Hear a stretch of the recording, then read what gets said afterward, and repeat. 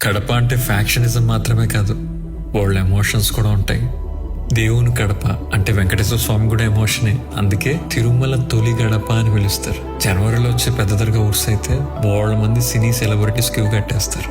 ఫిబ్రవరిలో వచ్చే మరియాపురం చర్చ్ కూడా ఫేమస్. అసలైంది రోసయ్య కారం దోశ.